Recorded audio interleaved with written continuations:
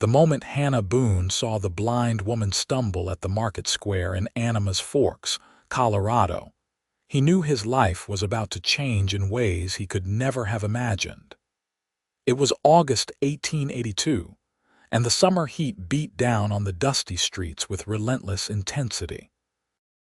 Hannah had ridden into town that morning to pick up supplies for the ranch where he worked, expecting nothing more than a routine trip.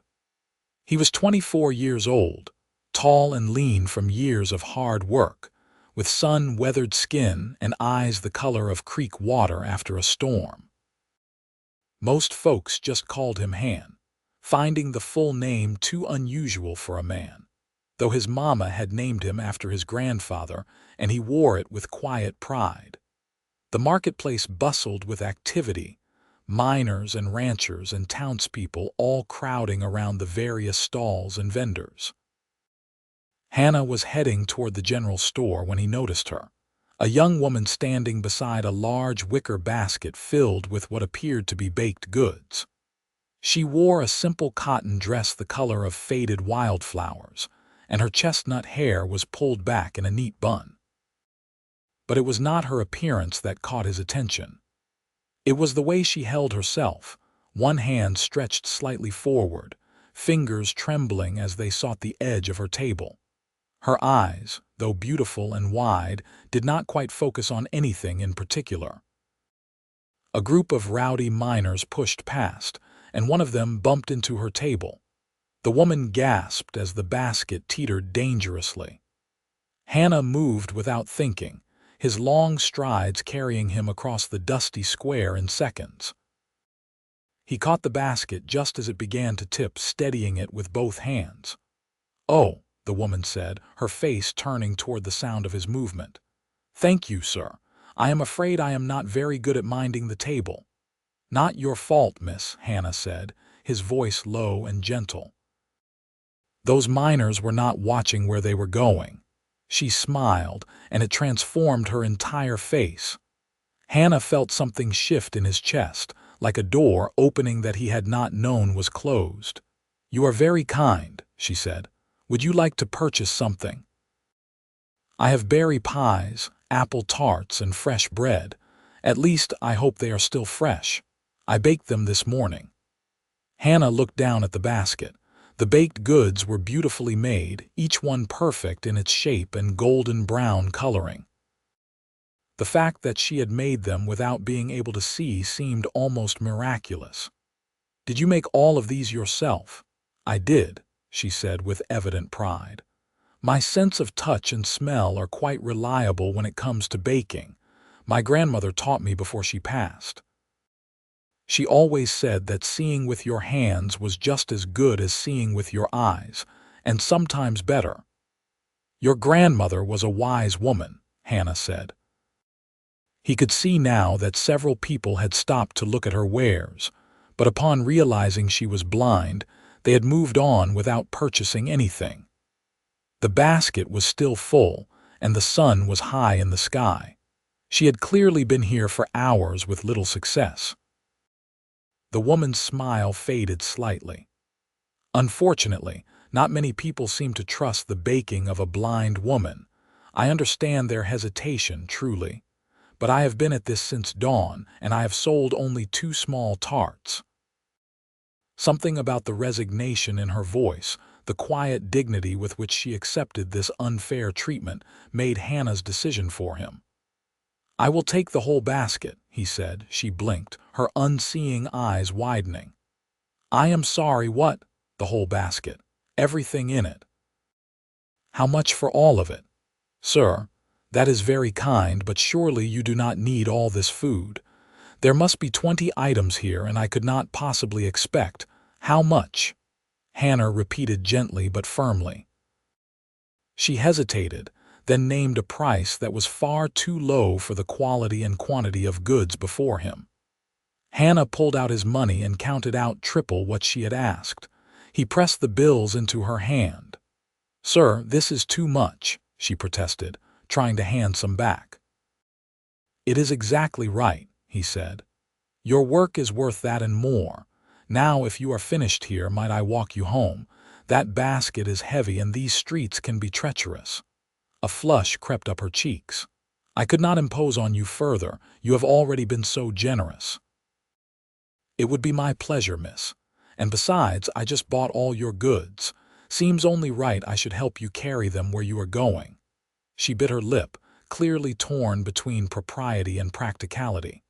Finally, she nodded. "My name is Grace Ashford, and you are?" "Hannah Boone, but most folks call me Han." "Hannah," she repeated, pronouncing it carefully. "That is a lovely name, uncommon for a man." "My mama had her reasons," he said with a smile she could not see but seemed to sense in his voice. Grace reached down and folded the cloth that had covered her table, her movements precise and practiced. She tucked it into a small bag at her side, then reached for the edge of the table. "I need to return this to Mr. Henderson at the general store. He was kind enough to lend it to me." "I can handle that," Hannah said. "You just hold onto my arm and we will get you home safe." She hesitated only a moment before reaching out. Her fingers found his forearm, and Hannah felt that strange shift in his chest again, stronger this time. He picked up the basket with his other hand, noting its considerable weight. Grace Ashford was stronger than she looked if she had carried this all the way to the market herself. After returning the table, they began walking, Grace's hand light but steady on his arm. She navigated the boardwalk with surprising confidence, clearly familiar with the route. "I live just outside of town," she explained. "About a mile past the church. It is a small cabin that belonged to my parents. They both passed 2 years ago from influenza. I have been on my own since then." "That must be difficult," Hannah said, meaning it. "It has its challenges," she admitted. "But I manage. The garden provides vegetables and I keep chickens for eggs. The baking is how I try to earn money for the things I cannot grow or make myself. Though as you saw, it is not always successful." "Those people are fools," Hannah said with feeling. "Your pies looked better than anything I have ever seen at the hotel restaurant." Grace laughed, a sound like water over smooth stones. "You have not even tasted them yet. You might regret your generous purchase." "I doubt that very much." They walked in comfortable silence for a while, leaving the bustle of town behind. The road became dustier, less traveled. Hannah noticed how Grace counted her steps, how she tilted her head slightly to listen to the sounds around them. A bird called from a nearby tree and she smiled. "A meadowlark," she said. "They always sing this time of day. You know your birds. I know their songs. When you cannot see the world, you learn to know it in other ways. The sound of different birds, the smell of approaching rain, the feel of the sun moving across the sky. The world is still beautiful, just beautiful in a different way than it is for you." Hannah found himself seeing the landscape around them through new awareness. The whisper of wind through grass, the distant sound of water from a creek, the warmth of sunlight and coolness of shadow. "I never thought of it that way," he admitted. "Most people do not," Grace said without bitterness. "They see my blindness as a tragedy, something that makes me less. But I am not less. I am simply different." They crested a small hill and a cabin came into view. It was modest but well-maintained, with a small porch and a neat garden alongside it. Chickens pecked in a fenced yard, and Hannah could see a shed that likely held firewood and tools. For someone living alone, especially someone who could not see, Grace had kept the place remarkably well. "We are here," she said, sensing the change in their pace as they approached. "The steps to the porch are just ahead, 3 of them." Hannah guided her carefully up the steps, then waited as she felt for the door handle. The door swung open and she gestured inside. "Please come in. After your kindness, the least I can offer is something to drink. I have fresh water from the well, and I made lemonade yesterday." The interior of the cabin was as neat as the exterior. Everything had its place, and Hannah realized this was necessary for Grace to function independently. The furniture was simple but clean, and curtains fluttered at the open windows, letting in light and air. He set the heavy basket on the kitchen table. "The lemonade sounds wonderful," he said. Grace moved through her home with confident familiarity, retrieving glasses from a shelf and a pitcher from the cool box. She poured without spilling a drop, her fingers on the rim of each glass to gauge when to stop.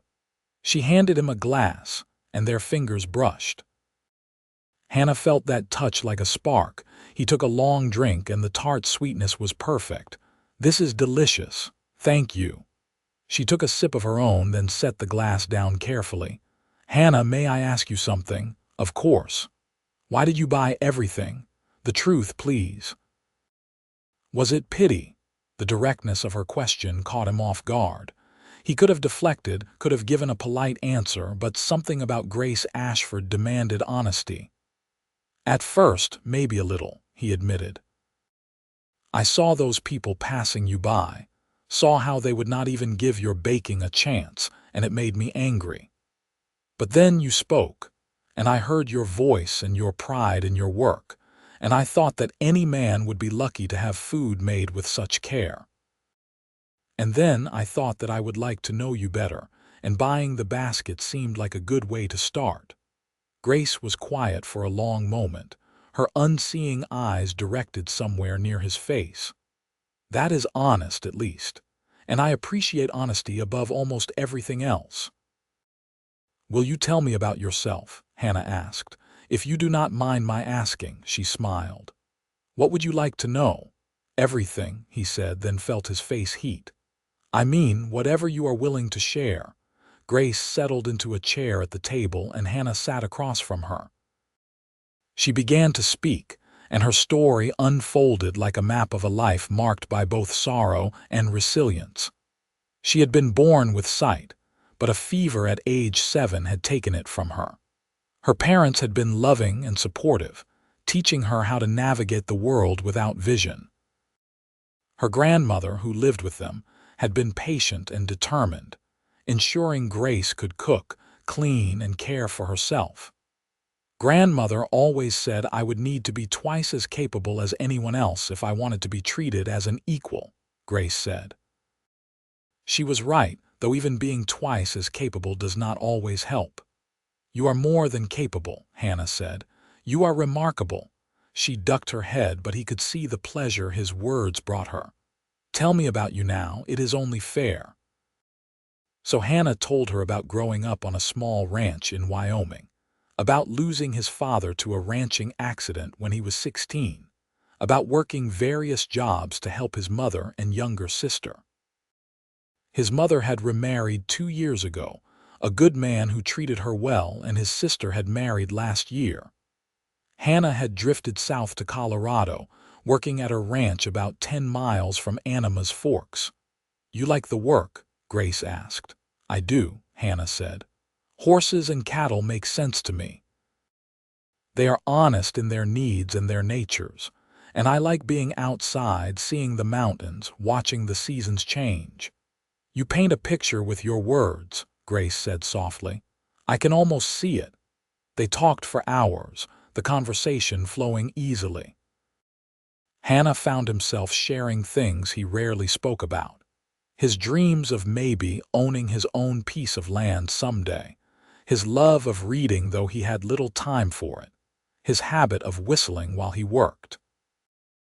Grace shared her love of music, her pleasure in the feel of dough under her hands, her secret enjoyment of thunderstorms. The sun was setting when Hannah finally realized how late it had grown. "I should go," he said reluctantly. "It is getting dark." "Will you take some of the baked goods with you?" Grace asked.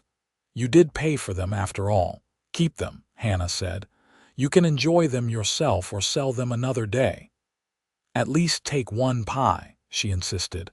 "Please, I would feel better knowing you have something for your trouble."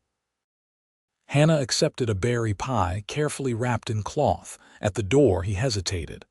"Grace, might I come back to visit, I mean, if you would not mind?" Her face lit up. "I would like that very much." "Tomorrow?" he asked, unable to keep the eagerness from his voice. "Tomorrow," she agreed. Hannah rode back to the ranch that night with his mind full of Grace. Her smile, her voice, the way she had insisted on pouring his lemonade herself, refusing to be treated as helpless. He had met many women in his 24 years, but none had affected him like this. It was more than her pretty face or the sadness of her circumstances. It was her strength, her dignity, the way she faced the world that too often dismissed her. The next morning, he completed his chores with unusual speed, earning curious looks from the other ranch hands. "You got somewhere to be, Han?" asked Charlie, an older cowboy who had taken Hannah under his wing when he first arrived. "Just visiting a friend in town," Hannah said, trying to keep his tone casual. Charlie raised an eyebrow but said nothing more. Hannah cleaned up, changed into his better shirt, and rode toward Anima's Forks. He stopped at the general store first, buying flour, sugar, and fresh butter. If Grace was going to keep baking, she would need supplies, and he suspected her funds were limited. When he reached her cabin, he found her in the garden, carefully weeding between rows of vegetables. She had a system, he saw, using wooden markers at the end of each row to identify what was planted where. She worked slowly but efficiently, her fingers distinguishing weeds from plants by touch. "Good morning," he called out, not wanting to startle her. Grace sat back on her heels, her face breaking into a smile. "Hannah, you came back. I said I would." He dismounted and tied his horse to the porch railing. "I brought you some things." He saw her face fall slightly. "Hannah, you cannot keep buying things for me. It is too much." "It is flour, sugar, and butter," he said. "Supplies, not charity. You need them for your baking, right?" She opened her mouth as if to argue, then closed it again. "You are very stubborn, Hannah Boone." "I have been told that before," he admitted with a grin she could not see but seemed to sense. Over the following weeks, Hannah fell into a pattern. He would complete his work at the ranch, then ride to Grace's cabin. Sometimes he would help with chores, chopping wood or making repairs that were difficult for her to manage alone. Other times they would simply talk, sitting on her porch as the sun set, sharing stories and dreams. He learned that she had a beautiful singing voice and would hum while she baked. He discovered that she loved the smell of rain and would stand on her porch during storms, face turned up to the sky. She told him about the loneliness of her life, how people in town were kind enough but kept their distance, unsure how to interact with her. "They treat me like I am made of glass," she said one evening, "or like I am a child who cannot understand adult conversation. You are the first person in a long time who talks to me like I am just a person." "You are not just a person," Hannah said quietly. "You are an extraordinary person." The more time he spent with Grace, the more deeply he fell in love with her. It was not a sudden thing but a gradual unfolding, like watching a flower bloom. He loved the way she laughed, throwing her head back unselfconsciously. He loved her determination and independence, even as he worried about her safety living alone. He loved the way she listened when he spoke, giving him her full attention in a way that made him feel truly heard. But he was also afraid. What if she did not feel the same way? What if she saw him only as a friend, someone who helped her out of obligation or pity? And even if she did care for him, was it fair to ask her to tie herself to a ranch hand who had little to offer beyond hard work and strong hands? Grace, for her part, found herself thinking about Hannah constantly. She would lie awake at night, remembering the sound of his voice, the gentleness of his touch when he guided her arm, the way he described the world around them with such vivid detail. She had been alone for so long, had armored herself against the pity and dismissal of others, But Hannah had slipped past her defenses with his kindness and his easy conversation. She was falling in love with him, and it terrified her. What if he left? What if his visits were just temporary kindness, something he would grow tired of? What if he met someone else, someone who could see him, someone who would not be such a burden? One September afternoon, a month after their first meeting, Hannah arrived at the cabin to find Grace sitting on the porch steps, crying. He was off his horse in an instant, kneeling beside her. "Grace, what happened? Are you hurt?" She shook her head, wiping at her tears. "I am fine. I am being foolish." "Tell me," he said gently. "I went into town today," she said, her voice thick with emotion. "I wanted to try selling my baking again. I thought maybe with the money you gave me I could afford a permanent stall, make it a regular thing. But the man who manages the market said no. He said my presence made people uncomfortable, that it was bad for business. He said I should stay home where I belong."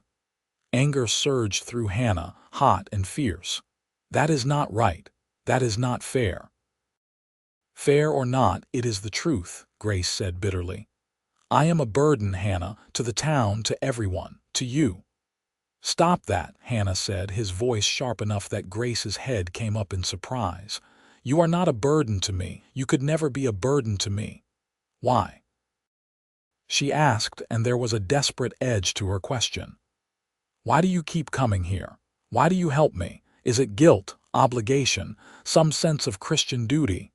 "It is none of those things," Hannah said. He reached out slowly, giving her time to pull away, and took both of her hands in his. "I come here because I cannot stay away. I help you because making you happy makes me happy. I spend every moment at the ranch counting the hours until I can see you again." Grace's breath caught. "Hannah." "I am in love with you, Grace Ashford," he said, the words tumbling out now that he had started. "I have been falling in love with you since the moment I heard your voice in that market square. I love your strength and your courage. I love the way you face the world with dignity even when it treats you unkindly. I love your laugh and your singing and the way you tilt your head when you are listening closely. I love everything about you." Tears were streaming down Grace's face again, but she was smiling. "I love you too," she whispered. "I have been so afraid to say it, afraid you would think I was just grateful or confused, but I love you, Hannah. I love you so much it frightens me." Hannah cupped her face gently, using his thumbs to wipe away her tears. "May I kiss you?" "Yes," she breathed. He leaned in slowly, pressing his lips to hers. The kiss was soft and sweet, full of all the feeling they had been holding back. When they parted, both were breathing hard. Grace reached up, her fingers exploring his face for the first time. She traced his features with delicate touches, his strong brow, his straight nose, the curve of his lips, the rough stubble on his jaw. "I wish I could see you," she said softly. "You see me better than anyone else ever has," Hannah replied. "You see who I really am." He kissed her again, longer this time, and Grace melted into his arms. When they finally pulled apart, Hannah rested his forehead against hers. "Marry me," he said. Grace laughed, the sound joyful and surprised. "That was quite sudden." "I know what I want," Hannah said. "I have known for weeks. I want to spend every day with you. I want to wake up next to you and fall asleep beside you. I want to protect you and support you and love you for the rest of my life. Marry me, Grace, please." "Yes," she said without hesitation. "Yes, I will marry you." They were married 3 weeks later in the small church in Animas Forks. Hannah had worried that Grace might want a big wedding, but she insisted that all she needed was him, a preacher, and witnesses to make it legal. Charlie and his wife stood up for them, and a few townspeople attended, some out of genuine good wishes and others out of curiosity. Grace wore a simple white dress that had belonged to her mother, carefully preserved in a trunk. Hannah wore his best suit, borrowed from Charlie since he did not own one. When the preacher pronounced them husband and wife, Hannah kissed his bride tenderly, mindful of their audience but unable to completely contain his joy. They spent their wedding night in Grace's cabin, which was now their cabin. Hannah was gentle and patient, and Grace responded to his touch with a passion that surprised them both. They learned each other's bodies in the darkness, and Grace laughed and said that this was one area where her lack of sight made no difference at all. In the days that followed, they fell into a new rhythm. Hannah continued working at the ranch but came home every evening to Grace. She would have dinner ready, and they would eat together, talking about their days. Hannah would describe the things he had seen, painting word pictures for her of the changing aspens turning gold on the mountainsides, the early snow dusting the peaks, the way the sunset turned the clouds pink and orange. Grace continued to bake, and Hannah began taking her goods to the ranch. The other cowboys quickly developed a taste for her pies and bread, paying gladly for the privilege. Word spread, and soon Grace had more orders than she could fill. Hannah would deliver them on his way to work, returning with payment and new requests. "You have started a business without even meaning to," he told her one evening, counting out the money she had earned that week. "We have started a business," she corrected. "I could not do this without you." "You could do anything you set your mind to," Hannah said, but he was pleased by her words nonetheless. As autumn deepened into winter, Hannah began to think about the future. The cabin was fine for now, but it was small, and he hoped they would have children eventually. He wanted a place that was truly theirs, with enough land for Grace to have a bigger garden, maybe some fruit trees, room for their family to grow. He started saving every penny he could spare, adding it to what Grace earned from her baking. By Christmas, they had a modest sum set aside. Hannah began asking around about available land, but everything near Anima's Forks was either too expensive or already claimed. Then, in early January of 1883, Charlie mentioned that the widow Henderson was planning to move to Denver to live with her daughter. She owned 20 acres just south of town, with a small house and a barn. She wanted to sell quickly and was willing to take a reasonable offer. Hannah and Grace went to see it together. He described everything to her in careful detail: the layout of the house, the size of the rooms, the way the property sloped gently toward a creek. Grace walked through each room, her hands trailing over walls and furniture, building a mental map.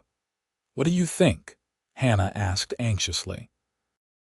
Grace was quiet for a long moment, and Hannah held his breath. Then she smiled.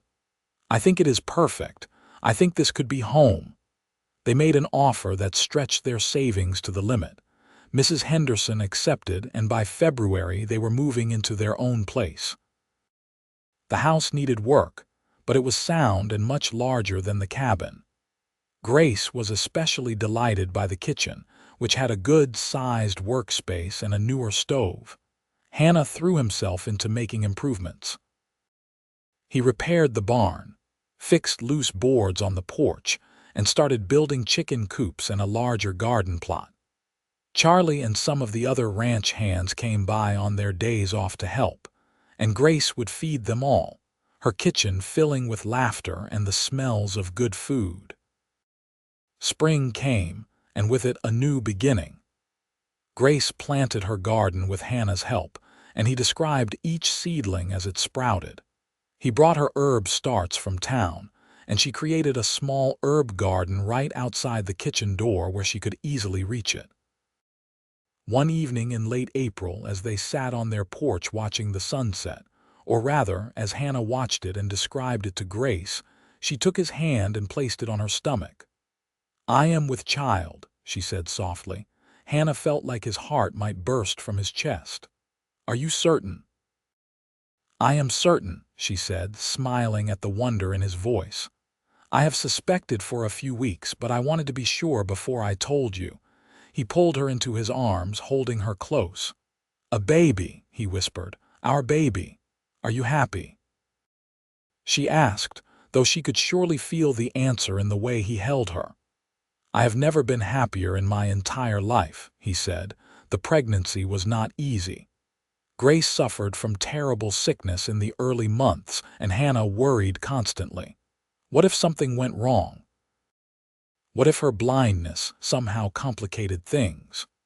But the doctor assured them that her eyes had nothing to do with her ability to carry a child, and gradually Grace's health improved. As her belly grew, Hannah found himself in awe of the changes in her body. He would rest his hand on her stomach and feel their child move, and the reality of impending fatherhood would wash over him. Grace seemed to glow from within, happy and excited despite the discomforts. They began preparing a room for the baby, and Hannah built a cradle with his own hands. Grace sewed tiny clothes and blankets, her stitches perfect and even. She refused to be treated as an invalid, insisting on doing her normal work with only minor concessions to her condition. In November, as an early winter storm howled outside, Grace went into labor.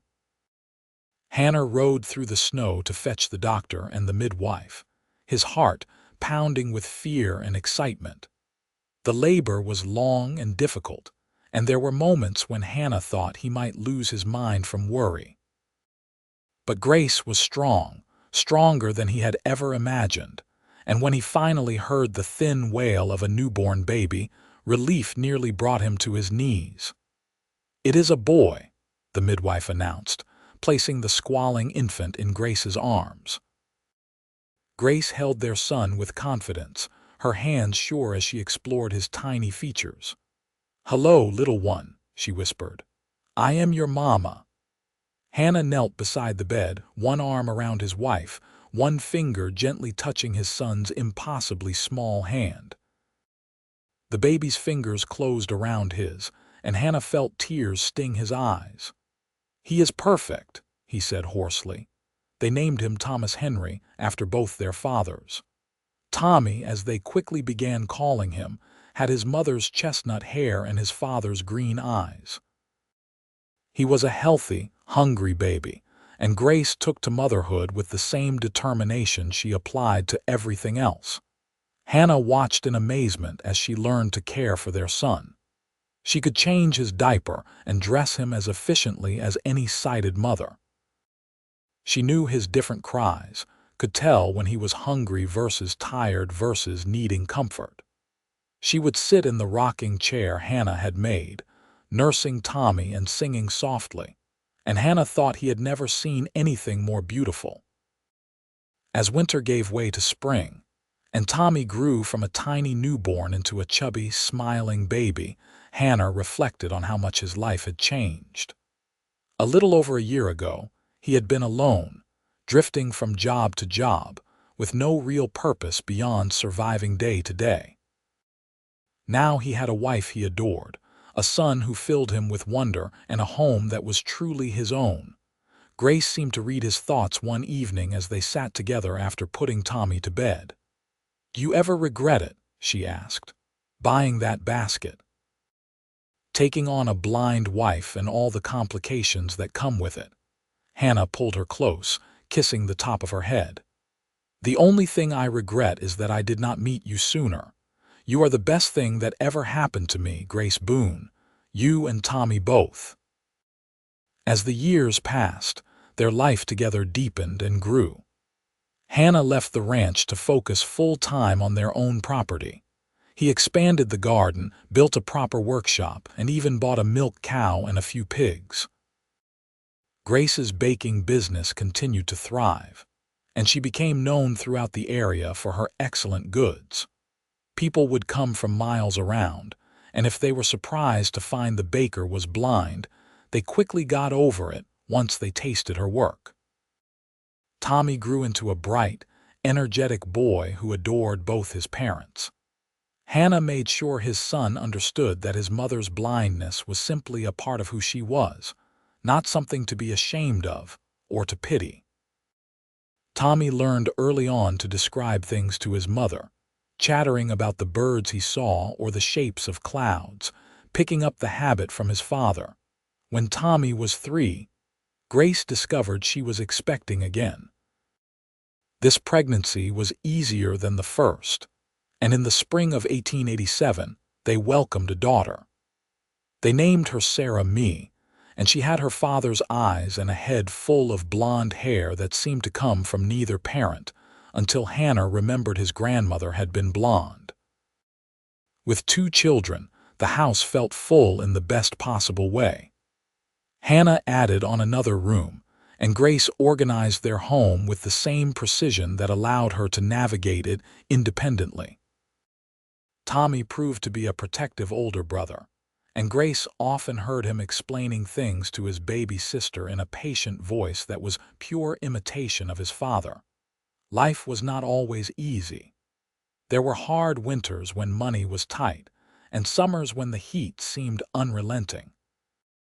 There were times when Grace's blindness did present genuine challenges, like the time Tommy wandered off and she could not find him. The panic that had gripped her until Hannah came home and located their son playing by the creek. There were moments when the stares and whispers of townspeople still stung, when Grace felt the weight of being different. But through it all, they had each other. Hannah never lost his appreciation for his wife, never took for granted the gift of her love. And Grace never stopped being grateful for the man who had seen past her blindness to the woman beneath, who had walked her home that day and truly never left. One summer evening when Tommy was 7 and Sarah was 4, they sat together on their porch, watching the stars come out. Or rather, Hannah and the children watched while Grace listened to their descriptions.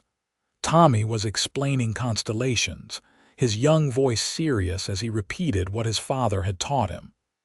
Sarah was nestled in Grace's lap, thumb in her mouth, eyes drooping with sleep. Hannah looked at his family, at this life they had built together, and felt a contentment so deep it was almost painful. Grace turned her head toward him, and though she could not see him, she smiled as if she knew exactly what he was feeling. "I love you," he said, the words as true now as they had been the first time he said them. "I love you too," she replied. Tommy made a face at the mushy talk, but he was grinning and Sarah giggled sleepily. They sat together as darkness fell and the mountain air grew cool, a family complete and whole, bound together by love and choice and the courage to build a life in a world that had not always been kind. The years continued to roll by, each one bringing its own joys and challenges. Tommy started school in town, and Hannah would drive him in the wagon each morning, using the time to talk with his son about everything and nothing. Sarah tagged along sometimes, sitting between her father and brother, chattering about the things she saw along the road. Grace worried about Tommy at school, worried that the other children might tease him about his mother's blindness. But Tommy, raised with Hannah's steady confidence and Grace's quiet strength, simply did not see it as something to be ashamed of. When one boy made a cruel comment, Tommy had calmly explained that his mother could do anything she set her mind to, and if the other boy doubted it, he was welcome to try her berry pie and then apologize. The teacher, overhearing this, had smiled and made sure Tommy's defense was noted. When Sarah reached school age, she proved to be more sensitive to the opinions of others. She came home one day in tears because a girl had asked if her mother was strange. Hannah had knelt down to his daughter's level and said, "Your mother is not strange. She is special. There is a difference. Strange means wrong, and there is nothing wrong with your mama. Special means rare and precious, which is exactly what she is." Sarah had processed this, then nodded and dried her tears. After that, if anyone asked about Grace, Sarah would proudly explain that her mother was special, not strange, and the conviction in her voice usually settled the matter. In 1892, when Tommy was 9 and Sarah was 6, Grace surprised Hannah with the news that they would be having another child. Hannah was overjoyed, though also concerned, as Grace was now 32 and the pregnancy would be more taxing. But Grace was determined and healthy, and when their second son was born in early 1893, both mother and baby were fine. They named him James, and he was a placid, easy baby compared to his energetic siblings. Tommy and Sarah doted on their little brother, and Grace often found herself smiling at the sound of her children playing together. Hannah would describe their antics to her, painting word pictures that let her see through his eyes the way Tommy would make funny faces to make James laugh, or how Sarah would carefully help her baby brother learn to stack blocks. As the children grew, the house rang with noise and life. There were school recitals that Hannah would describe in detail to Grace afterward, his voice warm with pride. There were holidays when the whole family would work together to prepare meals, Grace directing her children in the kitchen with patient instruction. There were summer evenings when Hannah would take them all down to the creek, and Tommy and Sarah would splash in the water while Hannah held James and told Grace about the way the sunlight sparkled on the surface. The business continued to thrive. Grace had trained Sarah to help with the baking, and mother and daughter worked side by side, their hands moving in synchronized rhythm. Tommy helped his father with deliveries, proud to be trusted with the wagon and horse. Even little James, as he grew, would toddle around the kitchen, and Grace would let him help with simple tasks like stirring or kneading dough, his small hands guided by her experienced ones. The town's attitude toward Grace had shifted over the years. It was hard to dismiss or pity a woman who was so clearly successful, who ran a thriving business and raised 3 well-mannered children. The townspeople had come to respect Grace, and many had grown genuinely fond of her. She was known for her kindness as well as her skill, often giving bread to families who were struggling, never mentioning payment. In 1898, when Tommy was 15, he came to Hannah one evening with a serious expression. "Pa, I have been thinking about my future. I want to go to college, maybe study law, but I know we do not have that kind of money, and I do not want to leave you and Ma struggling without my help." Hannah felt pride swell in his chest. His son wanting to go to college, something Hannah had never even dreamed of for himself. "Your Ma and I will figure it out," he said. "If college is what you want, we will find a way." That night, Hannah and Grace lay in bed discussing it. "We could take out a loan," Hannah said. "Or maybe we could expand the baking business, hire some help so Grace could take on more orders." "Or," Grace said slowly, "we could sell some of the land. We do not need all 20 acres. We could sell 5 or even 10, keep enough for the house and garden, and use the money for Tommy's education." Hannah was quiet, thinking. The land represented security, a buffer against hard times. But it also represented the future, and what better investment in the future than their son's education? "Are you sure?" he asked. "I am sure," Grace said firmly. "We bought this land to build a life for our family. Giving Tommy the chance to pursue his dreams is exactly what that life should be about." So they sold 10 acres to a neighboring rancher, keeping the portion with the house, barn, and garden. The money was enough to send Tommy to college in Denver with a bit left over for books and living expenses. The day they took him to the train station, Grace held her son tight, memorizing the feel of him, the sound of his voice. "Make us proud," she whispered. "I will, Ma," Tommy promised. "I will make you both proud." With Tommy gone, the house felt quieter. Sarah, now 13, stepped up to help more with both the baking and looking after James, who was 5 and full of questions about everything. Hannah found himself writing long letters to Tommy, describing the happenings at home, and Tommy would write back with tales of his studies and the big city.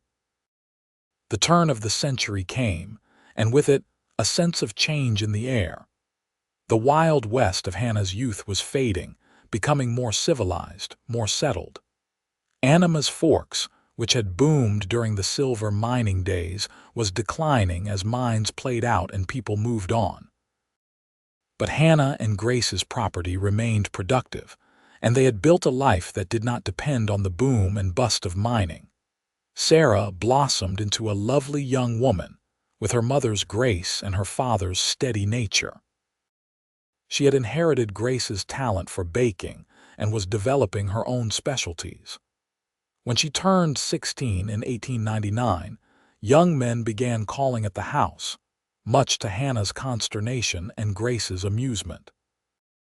"You knew this would happen eventually," Grace said, patting her husband's arm as he grumbled about some boy with more looks than sense. "I do not have to like it," Hannah muttered, making Grace laugh. James was growing into a thoughtful, curious boy. He loved learning and would read aloud to his mother for hours, both of them enjoying the stories. Hannah taught him to ride and to help with the animals, and James took to it naturally. In 1902, Tommy graduated from college and returned home to announce that he had been accepted to law school. He had also met a young woman named Elizabeth, the daughter of one of his professors, and he hoped to marry her after completing his studies. Hannah and Grace welcomed this news with joy, proud of their son's accomplishments and eager to meet the woman who had captured his heart. Sarah, meanwhile, had been courted persistently by a young man named Peter Williams, whose family owned a ranch near theirs. Peter was steady and kind, with a good sense of humor and a genuine affection for Sarah. When he asked Hannah for permission to marry her, Hannah had given his blessing, though not without a stern conversation about treating his daughter right. The wedding took place in the spring of 1903, a joyful celebration held at the house. Grace baked the wedding cake herself, a towering confection that drew gasps of admiration. Tommy came home for the occasion, bringing Elizabeth to meet the family. She was a sweet, intelligent young woman who treated Grace with easy respect, not at all put off by her blindness. As Hannah watched his daughter dance with her new husband, his son talking animatedly with his fiancée, and his youngest child darting between guests with 10-year-old enthusiasm, he felt the weight of years and blessings. Grace stood beside him, her hand in his, and though she could not see the scene, he knew she felt the same joy. "We did well," he murmured to her. "We did," she agreed. Tommy married Elizabeth the following year, and they settled in Denver, where Tommy opened a small law practice. Sarah and Peter built a house on his family's ranch, close enough that Sarah could still visit her parents regularly. James, now 11, was the only child left at home, and while Hannah and Grace sometimes missed the noise and chaos of a full house, they also appreciated the quieter rhythm of their days. Grace was 50 now, her hair streaked with silver, and Hannah was 52. The years of hard work showed in Hannah's weathered face and the stiffness in his joints on cold mornings. But they were healthy and content, still deeply in love after more than 20 years of marriage. They continued working together, their partnership as strong as ever.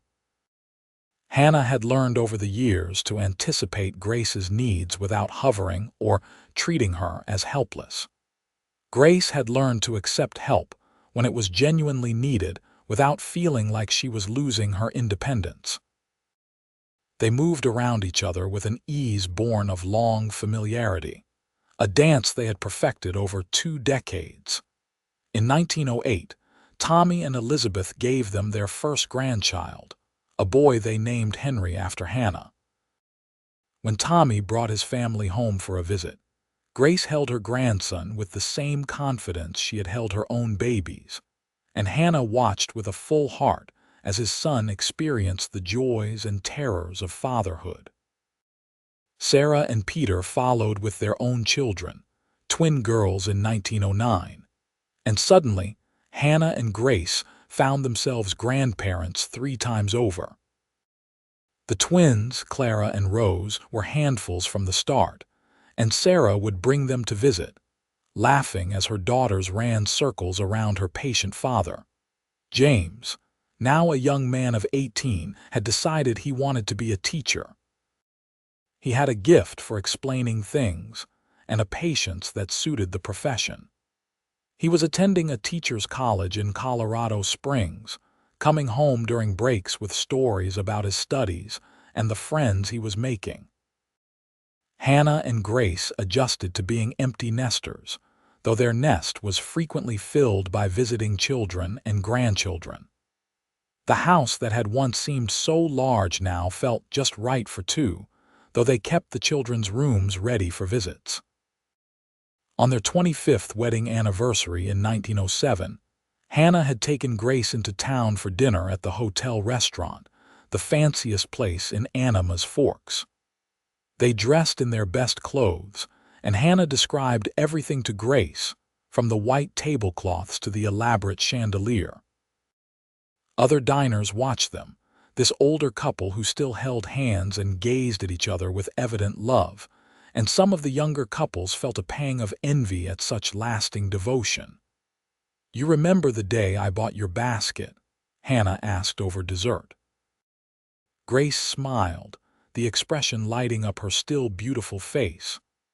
"I remember thinking that you had the kindest voice I had ever heard, and then you insisted on walking me home, and I thought that maybe God had decided to send me a blessing after all." "I was the one who was blessed," Hannah said. "I knew it the moment I saw you, and I have thanked God for you every day since." "We are both blessed then," Grace said. "We have had a good life, Hannah, a very good life." The years continued their steady march. Tommy's law practice prospered, and he became known for taking cases for people who could not afford fancy lawyers, earning respect even if it did not always pay well. Elizabeth proved to be a perfect partner for him, running their household and raising their growing family with capable efficiency. They had 3 more children, giving Hannah and Grace 4 grandchildren through Tommy. Sarah and Peter settled into ranching life, and their twins were joined by a brother in 1912. Sarah continued to bake, teaching her daughters the skills her mother had taught her, passing down recipes and techniques through another generation.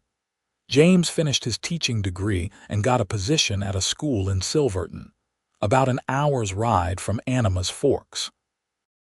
He courted and married a young woman named Anne, a fellow teacher, and they seemed ideally suited, both passionate about education and children. As Hannah and Grace entered their 60s, their pace slowed but their love never diminished. They spent their days working the garden, taking care of their chickens, and enjoying visits from their ever-expanding family.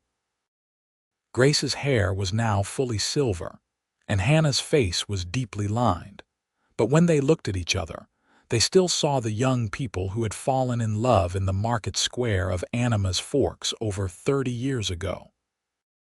Hannah had developed a habit of reading to Grace in the evenings, something they both enjoyed.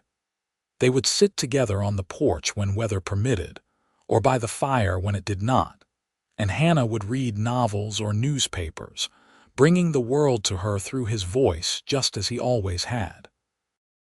One summer evening in 1915, as they sat together watching the sunset, or rather, as Hannah watched and described it to Grace, she turned to him with a serious expression. "Hannah, I need you to promise me something." "Anything," he said immediately. "When I am gone, I do not want you to mourn forever. You have so much love to give, so much life left to live. I want you to be happy." "Grace, why are you talking like this? You are healthy. We have years left together." "I know," she said, "but I need to say this while I can. You gave me a life I never thought I would have. You saw me as a whole person when the world saw only what I lacked. You loved me with a depth and constancy that most people never experience. I have been happy every day of our marriage, Hannah. every single day. And I need you to know that, need you to promise that you will remember it." Hannah pulled her close, holding her as he had held her countless times over the years. "I promise," he said, his voice rough with emotion. "But you have to promise me the same. Promise me that you know how much you changed my life, how much joy you brought me. Promise me you know that loving you has been the greatest privilege of my existence." "I promise," Grace whispered. They sat together as the stars came out, holding each other, grateful for every moment they had been given. As it turned out, they had many more years together. They celebrated their 30th anniversary, then their 35th. Their family continued to grow. Grandchildren became teenagers and then young adults, and great-grandchildren began to arrive. The house saw christenings and birthday parties, holiday gatherings and summer picnics. Hannah and Grace grew old together, their steps slower, their bodies bearing the marks of long lives well lived. But their love remained constant, a steady flame that never dimmed. They still held hands as they walked, Grace's fingers on Hannah's arm as they navigated their property together. They still talked for hours, their conversation as easy and rich as it had been when they were young. Tommy became a respected figure in Denver legal circles, known for his integrity and his commitment to justice. Sarah and Peter's ranch prospered, and their children grew up strong and capable. James and Ann moved back to Animas Forks when a teaching position opened up, and Hannah and Grace were delighted to have one of their children nearby again. In 1920, as they approached their 40th anniversary, the whole family gathered for a celebration. Children and grandchildren and great-grandchildren filled the house and spilled out into the yard, 3 generations coming together to honor the love that had started it all. Tommy stood to give a toast, his voice carrying across the crowd. "My parents taught us what real love looks like. Not the easy, romantic kind you read about in stories, but the hard, daily kind that weathers storms and celebrates sunshine. The kind that sees the person, not the limitations. The kind that builds something lasting and beautiful. Ma, Pa, thank you for showing us how it is done." There was not a dry eye in the crowd as everyone raised their glasses. Hannah and Grace sat together, overwhelmed by the life they had built, the family they had created, the love they had nurtured. That night, after everyone had left or gone to bed, Hannah and Grace sat on their porch one more time. 40 years, Hannah said wonderingly. "It seems like yesterday and also like forever." "Both are true," Grace said, leaning her head on his shoulder. "Time is strange that way." "Hannah, I want you to know something. If I had my sight, if I could see with my eyes, I would still choose you. I would still love you. My blindness is what brought us together, but it is not what kept us together. That was just us, just you and me and the choice we made every day to love each other." Hannah kissed the top of her head, his eyes wet with tears. "I would choose you too. In any life, in any circumstance, I would choose you." They sat in comfortable silence, listening to the night sounds, feeling the cool breeze, grateful beyond measure for the gift of each other. Hannah and Grace lived to see their 45th anniversary, surrounded always by the family that was their legacy. They grew frail but remained sharp in mind, still able to laugh and tease and love. When Grace's health began to fail in the winter of 1925, Hannah never left her side. He held her hand, described the snow falling outside their window, and told her stories of their life together. "I am not afraid," Grace told him one cold January day. "I have had such a beautiful life. I have been so loved." "You have been loved," Hannah agreed, his voice breaking. "You are loved. You will always be loved." Grace passed peacefully in her sleep on a snowy night in February 1925, with Hannah holding her hand and their children gathered around. She was 65 years old, and she had lived every one of those years with dignity, courage, and grace. Hannah grieved deeply, but he also remembered his promise to her. He did not lock himself away in sorrow. Instead, he lived, spending time with his children and grandchildren, continuing to work in the garden and care for the animals as long as he was able.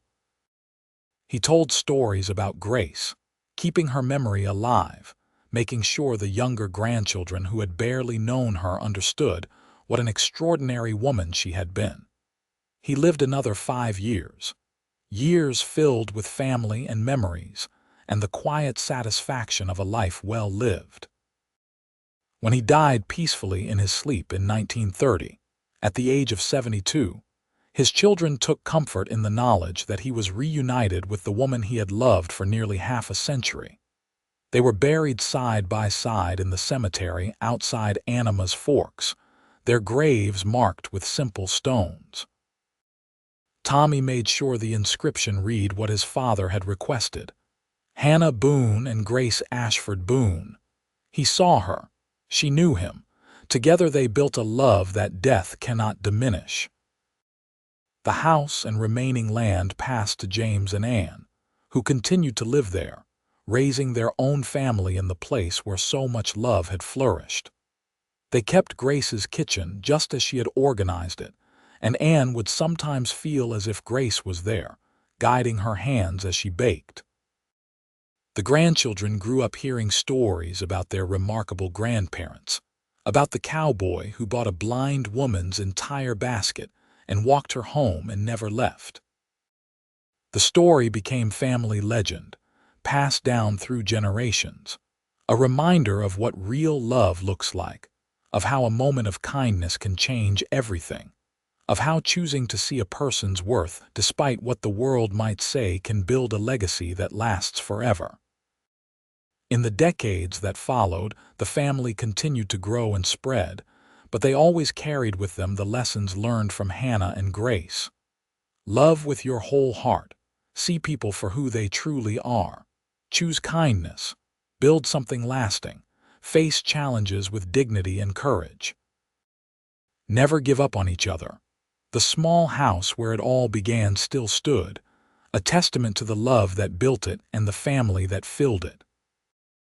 And sometimes, on summer evenings when the mountain air was soft and the stars were bright, those who gathered there swore they could feel the presence of their ancestors. The cowboy and his beloved wife, still together, still loving, still showing the way. The basket that started it all was preserved, passed down as a family heirloom, a reminder that the smallest gestures can have the greatest impact, that love often begins in unexpected moments, and that true devotion is not blind to challenges, but chooses to see past them to the person beneath. Hannah Boone had walked into a market square on a hot August day in 1882, and he had walked out with his future in a basket. He had walked Grace Ashford home, and he had never left, choosing instead to build a life, a family, a love story for the ages, and in the end, that was enough. That was everything. Their love had started with one act of kindness, one basket full of baked goods, one man who saw past blindness to the extraordinary woman it could not diminish. It had grown into a marriage that spanned decades, a family that spread across generations, a legacy of love that would never be forgotten. In the quiet mountains of Colorado, in a town called Anima's Forks, their story lived on, whispered around dinner tables, told to children as they fell asleep, remembered every time someone chose kindness over dismissal, love over limitation, faith over fear. Hannah and Grace Boone had lived and loved and left behind something beautiful. They had proven that the best love stories are not about perfect people or easy circumstances. They are about two people who choose each other, who see each other truly, who build a life together one day at a time, who never give up, who never let go. They had proven that love, real love, is not about sight. It is about seeing with the heart. And once you learn to do that, once you truly see another person in all their complexity and beauty, blindness becomes irrelevant. Their great-great-grandchildren would one day stand in that cemetery, reading those simple words on the stones, and they would understand. Love is not about perfection. It is about connection. It is about choosing each other. It is about walking someone home and deciding to stay. And that is exactly what Hannah Boone did on that hot August day in 1882 when he bought a blind woman's entire basket, walked her home, and never left. He stayed through seasons and years, through joy and sorrow, through the raising of children and the building of dreams. He stayed because he had found home not in a place but in a person, and she had found the same in him. Their story, like all great love stories, was simple in its essence but profound in its impact. Two people met, two people loved, two people built a life together. And in doing so, they created something that would outlast them both, a testament to the power of seeing past surface limitations to the eternal worth of a human soul. The basket had been the beginning, but the love, the beautiful, enduring, transformative love, that was everything. And it was enough to fill not just one basket, but a lifetime, a family, and a legacy that would never fade. As the years turned into decades and the decades into a century, the story remained. In the mountains of Colorado, in a town that had boomed and faded but never quite disappeared, the tale of Hannah and Grace lived on. It lived in the house they had built, in the land they had worked, in the children they had raised, in the love they had proven was possible. And sometimes, when the wind blew just right through those mountain valleys, carrying with it the scent of wild flowers and pine, you could almost hear it, the echo of a promise kept, of a love that never faltered, of a man who bought a blind woman's basket and found not a burden but a blessing, not a limitation but a love that would define the rest of his days. That was their story, that was their gift, and it was beautiful.